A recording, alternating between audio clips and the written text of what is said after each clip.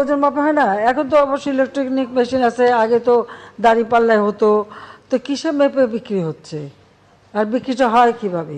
বাংলাদেশ স্বাধীন দেশ, মুক্তিযুদ্ধ করে আমরা স্বাধীনতা অর্জন করেছি, এবং যারা সমালোচনা করে তাদের জানা উচিত সারা পৃথিবীতে একটি মাত্র মিত্র শক্তি যারা মুক্তিযুদ্ধের সময় আমাদের মুক্তিযোদ্ধাদের সাথে কাঁধে কাঁধ মিলিয়ে নিজেদের রক্ত ঢেলে দিয়ে এই দেশ স্বাধীন করে দিয়েছে। আমাদের সমস্ত মুক্তিযোদ্ধারা সেখানে ট্রেনিং পেয়েছে।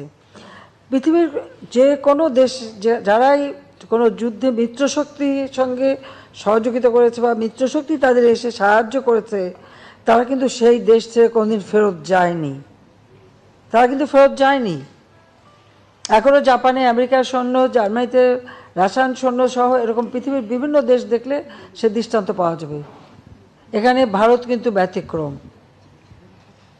তারা মিত্রশক্তি হিসেবে আমাদের পাশে থেকে যুদ্ধ করে এসেছে, কিন্তু যখনই জাতিপিতা বঙ্গবন্ধু শেখ মুজিব চেয়েছেন যে তারা দেশে ফিরে যাক, ভারতের তদানীন্তন প্রধানমন্ত্রী শ্রীমতী ইন্দিরা গান্ধী সঙ্গে সঙ্গে সেটা রাজি হয়েছেন এবং তাদেরকে ফেরত নিয়ে গেছেন। তারা যে যুদ্ধের সরঞ্জামাদি সব কিছু নিয়েই কিন্তু এসেছিল, এখানে যুদ্ধ করেছিল। পাকিস্তানি হানাদার বাহিনী সারেন্ডার করেছিল তাদের কাছে, কিন্তু আমরা কিন্তু স্বাধীন সার্বভৌম রাষ্ট্র পেয়েছি, কারণ তারা কিন্তু ভারতীয় সেনাবাহিনী প্রত্যাহার করে নিয়েছে। এরপরে যারা কথা বলে যে ভারত বিক্রি হয়ে যাবে, এরপর বিক্রিটা হয় কিভাবে? আসলে যারা এটা বলে তারা নিজেই ভারতের কাছে বিক্রি করা।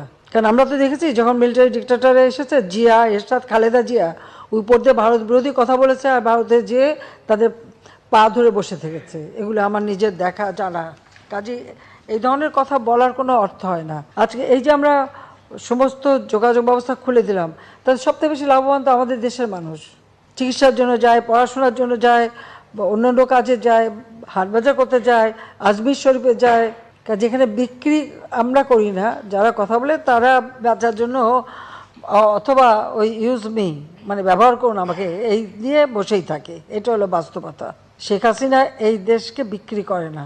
আর রেল যেগুলি বন্ধ ছিল আমরা সেগুলি আস্তে আস্তে খুলে দিচ্ছি, তাতে আমাদের ব্যবসা বাণিজ্যে সহজ হচ্ছে, আমাদের ওই অঞ্চলের মানুষগুলি উপকৃত হচ্ছে, তাদের উৎপাদিত পণ্য বাজারজাত করার সুযোগ হচ্ছে, বা যে সমস্ত জিনিস আমাদের দেশে আনা সেগুলি আনার সুযোগ হচ্ছে।